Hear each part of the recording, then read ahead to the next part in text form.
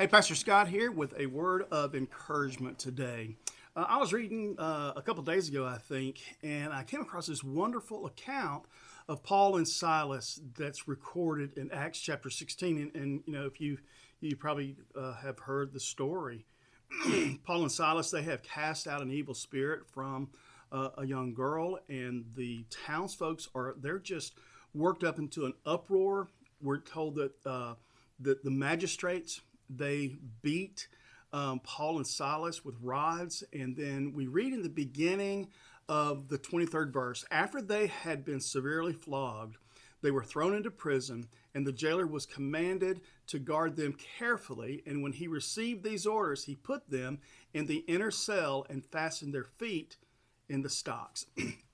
Now, here's the verse that really got me. And I've been thinking about it these past few days. Verse 25, at midnight, Paul and Silas were praying and singing hymns to God, and the other prisoners were listening to them. Wow. Boy, do I ever have to remember, man, whenever I proclaim that I walk under the banner of Jesus, man, folks are watching and folks are listening. And folks are being very observant about how we handle all situations. Celebrations, where do they see God in that? Times of temptation, where do they see God? And times during difficult times, those dark nights of the soul, where do they see God? We're not called to be perfect, but we're called to be honest and for our lives to look differently. And I think even bigger than that, we've got to look at our lives and then imagine other people looking at us, and do they say, you know, they have something that I wish I had?